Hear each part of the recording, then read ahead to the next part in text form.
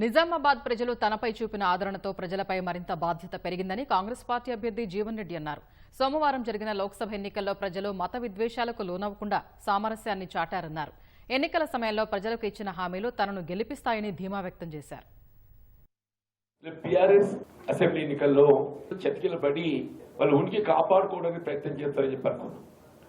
కానీ ఏమైపోయిందంటే వాళ్ళు ఎట్లా గెలవలేకపోతున్నామని చెప్పని భావనతోని కాంగ్రెస్ పార్టీకి ఏ విధంగా ఆటంకాలు సృష్టించగలుగుతామనేటువంటి ఒక ఆలోచనతో కుట్రపూరితంగా ఇవాళ భారతీయ జనతా పార్టీ ఒక మతతత్వ రాజకీయ పార్టీ అని తెలిసి కూడా దాని మద్దతు తెలిపే ప్రయత్నం చేయటం, ప్రత్యేకంగా ఉమ్మడి రాష్ట్రంలో చేపట్టబడ్డ అభివృద్ధి కంటే ఇంకా మిన్నగా ఈ ప్రాంతం అభివృద్ధి చేయబడుతుందని చెప్పి భావించారు.